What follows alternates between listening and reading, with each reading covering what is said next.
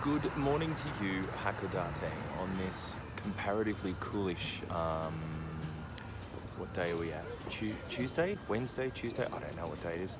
Good morning to you, Hakodate, on this cool, grey, whatever day morning it is. I'm just about to tuck into my 2 onigiri and my cold coffee in a cup and my yogurt drink, and then I will be on the train to Hakodate at 8:47 in time to catch the 9:32 Shinkansen to Sendai. And it's 3.5 hours, 458 kilometers or something. So 3.5 hours down to Sendai, 2 nights in Sendai, so effectively a day and a half, just like I had here. I'm hoping my welcome into Sendai weather-wise will be slightly nicer than here. I'm going to Sendai because of what happened in 2011 effectively, and I think it's the right thing to do to go there and honour the place and the people and what happened. Whether that makes any difference to anyone, who can say, but it makes a difference to me in the same way that going to Hiroshima and Nagasaki does, I suppose. I think my time in Hakodate has been a little bit hindered by the weather. I think my view of Hakodate has certainly been hindered by the awful weather and also by, I guess, the unexpected nature of the place. Had I had it front of mind that this was a historic fishing port and that it had been fairly badly affected by the tsunami, I suppose I might not have had such a negative initial impression of the place. Certainly yesterday was a big help. Having a nice day with lots of sunshine and discovering the things that I discovered was definitely a big help, but honestly I can't say I'd be rushing back here, nor would I be recommending anyone necessarily have it on the top of their list, unless they're a massive seafood fan, in which case the food is fabulous, the seafood is fantastic, and that's coming from someone who doesn't even eat that much seafood. Yeah, nice place. I'm glad I've been here. Nice enough place. I'm glad I've been. I'm glad I've seen it. I'm glad I can tick it off my list of Japanese towns that I've visited, but won't be coming back, I don't think, anytime soon on any return visits to Japan. So goodbye Hakodate and hello Sendai. It's good to see the Bible bashers and God lovers get about as much interest here as they do anywhere else. The only difference here being they don't go out of their way to attract attention. They literally just stand there for someone to come up and have a look, but nobody is.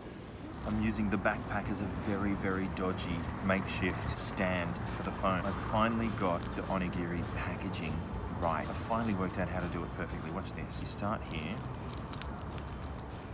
pull it all the way down, all the way around, do it right, all the way off, right? So it's come all the way off right back to here now. Now in theory, what should now happen is that number 2 will just come away. If I pinch it here, number 2 will just slide off. Yes. And then what should happen in theory is that number 3 will just slide off. Look at that. And then all you do is wrap it back around and eat it. It's easy when you know how.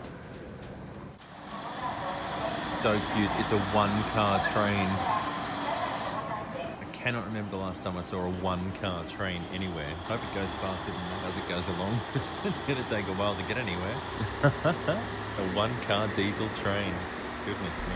This is the new Shinkansen station that was opened at Hakodate, I think only last year. Shinkansen never used to come this far. It always used to stop back at the top of Honshu, and it was extended last year with the intention being to extend it even further. You can see up there the line goes further back that way, so it will be further extended to Sapporo at some point. I don't know when, 2020 or something. It reduced the travel time by an hour and a half between Tokyo and Hakodate, and it will reduce the travel time even further from Tokyo to Sapporo to about 7 hours. Before it even came here, it was something like 10 hours or 11 hours. Don't quote me on those numbers, I could have just made them all up. These folks behind me are cleaning staff. They will jump on board the Shinkansen as soon as it arrives. They have about 5 or 10 minutes or something to turn it around, get it all clean, get the seats ready, get the seat pockets clear. These are the folks who would have found my iPad when I left it on the train, whenever that was. So these are the folks that I have to be very, very thankful, despite the stupid process that didn't allow me to find it until I actually went looking for it. These are the folks who would have found it on the train and taken it off and registered it as lost property. So I'm very thankful to them. Today's ship is the Hayabusa 16. It's so impressive just watching it come into the station. Look at the design of these things. Look at the nose on them. They're so sleek. They're so long and they go so fast. Oh, isn't it beautiful? Oh, they're beautiful. They're like toys. They're almost not real.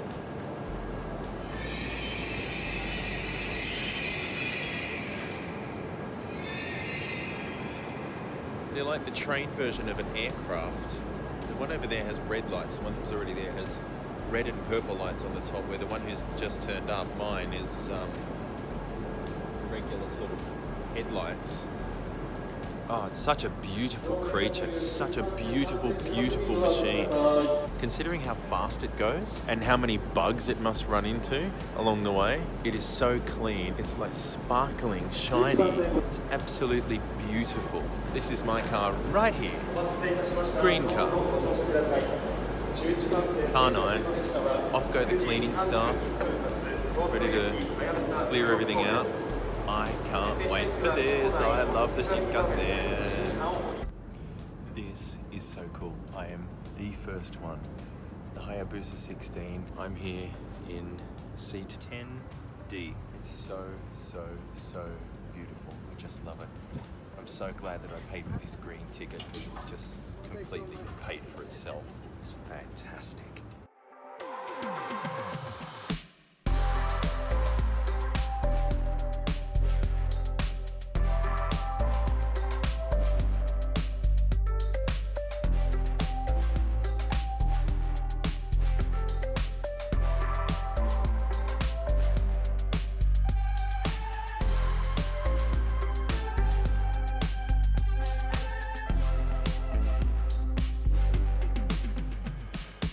.28 arrival at Sendai. Beautiful Sendai station. Strangely enough, it looks very, very much alike every other Shinkansen station I've been in. Here, however, is an unusual one. I don't know whether it looked like this to start with, and I'm fairly sure it didn't. But when they've arrived, our Shinkansen has linked up with that Shinkansen. I don't know what that means. They surely can't keep going as one train, can they? Unless it was only 8. No, it wasn't 8 cars. It was, because I was in car 9, it was 10 to start with. I wonder how this works. Anyway, here I am. I'm way too early for a 3 o'clock check-in, so I hope the hotel allows me to stash my bags and I'll start discovering the wonders of Sendai.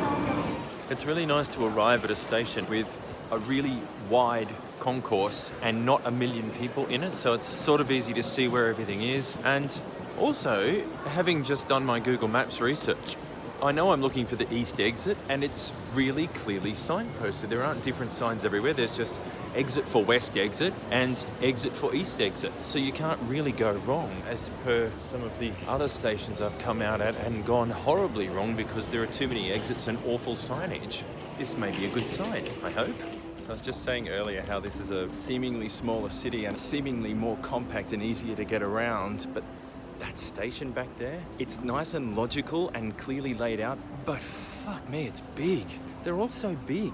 Even when you think they're small, they're actually large, and it seems to take forever to get from one side to the other, but it was super simple. Might have taken a while, but it was super simple. I got to the JR East Travel Centre. I got my maps. I got my information for the Lupal bus. She told me exactly where to go to get the day ticket for tomorrow. So that's where I'm going right now. And I just happened to come out that door right there to go just there. I think I like Sendai. It's cool. I'm liking everything I've seen about it so far. Just got my Lupal pass. I had no idea what the lady was saying to me for the most part, but she kept using the right gestures. I got the gist of what she was saying. I hope I got the gist of what she was saying. I hope what she was telling me was that as soon as I use it for the first time, it'll stamp the date on the back of the card, and that will be the day that I can use it for, but I don't know. She may or may not have been saying that. I hope she was saying that. What I need to do now is work out where to go, where I can just sit down and look at all these maps. It's always a bit hard to know where to actually go to sit. Oh, for all the wonderful aspects of this country, it's way too hard to find anywhere to sit down. They don't like seating. They don't like providing outdoor seating or bins or hand paper towel in the bathroom. And there's an unexpected one. No paper towel in the bathroom. And very few of them have hand dryers either. So unless you take your own paper towel to the bathroom, you've got wet hands until you wipe them on your trousers. See, there's some lovely green areas down there, right down the center of the road. So you think they'd put some more parks and stuff in just so people can sit in them, but I suppose there's too much, it's too built up. There are too many buildings around everywhere. There's a place called Most Coffee. I'm gonna go there. Out this side of Sendai Station, this is the western side, there's this vast structure of walkways. Most of them sit over the top of the bus terminus, which is down there, but they go all the way around, back to the front of the station, and all the way to back way over there. And yet, when you look around, there is still nowhere to sit. There's flat surfaces everywhere, but there's not a chair in sight. There's nowhere other than over there and over there. And I don't think those things over there are chairs. I think that's just a planter box. There's nowhere to sit. It's as if the Japanese are obsessed with not sitting down. They just don't have chairs anywhere, or bins, or hand towels. It's really, really strange. But there is a fake, do you think? Who knows? There's a flat surface there, so... Oh, it's an actual chair. Are they chairs over there? No, see, I was right. That is just a planter box over there. But there's a flat surface there, and there's an actual chair there. That elderly man might get scared by a foreigner, so I better sit here.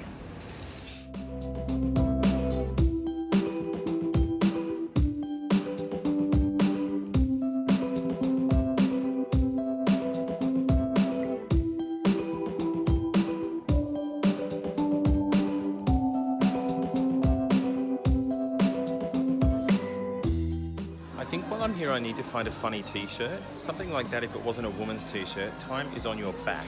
I think that's quite funny. I need to find a t-shirt with some really, really bad English on it. This place is called Noble Spick and Span. Spick and Span, is that actually a thing? It's all spick and span. I know I've heard that phrase before, or something like it. Spick and span. Oh God, I'm gonna have to look that up now. I'm taking the piss out of spick and span and I don't actually know whether it's real or not. This is the area around the west exit from Sendai Station. I was here this afternoon looking at this enormous collection of walkways and silver banisters where there are no chairs. It's bright, it's lights. Apparently Sendai is classified as quite a small city. There's only 1 million people living here, so you know, it's only about the same size as Adelaide. Now, Adelaide's a bit bigger than that, I know, but you know, you wouldn't think so. It's very bright, there's lots of big, shiny stuff going on. There's even a sign over there that says there's an HMV here. That can't be right, can it? I better go and investigate that. This is curiouser and curiouser. So the sign over there, firstly, the place is called E-Beans. E-Beans, who the fuck knows what that even means? But on the sign for what's in there, it says HMV. But underneath HMV, it says CD, DVD, Blu-ray, and HMV Museum 5F. So if there's an HMV in there, I have to go. If it's an HMV museum, I must know what it is immediately. And also, I want to find Moss Burger. I was going to look for interesting food tonight, but I actually just want to try Moss Burger for the first time. Lots of excitement going on in Sendai tonight. Oh my God, HMV. The Music and Movie Master. Look, it is an actual HMV. It is an actual HMV. Oh my God. From amazed to dazed and confused to heartache and heartbreak. That was the strangest HMV I've ever been in. Aside from the fact that I'm surprised there is still an HMV, that was just weird. There's some weird-ass J-pop museum thing in there, which is just weird. The whole thing is weird. It's massively J-pop and K-pop. There's nothing Western in there at all. There's loads of anime dolls and weird stuff. So there's loads of weird shit here everywhere. I'm about to have my first experience of Moss Burger. I'm almost nervous. What if I don't like it? It's been so hyped up. From all my research, it's been so hyped up. It's like the best burger joint in Japan. And if I don't like it, it's going to be so disappointing. So disappointing. Looks nice on the menu, and everything here looks nice on the menu. But then everything that looks nice on the menu has been nice in my mouth as well, so my fingers are crossed. My first Moss Burger experience, that looks divine. Burger. Can't even remember what it is that I ordered, but it sounded great. And potato and onion set with a Pepsi.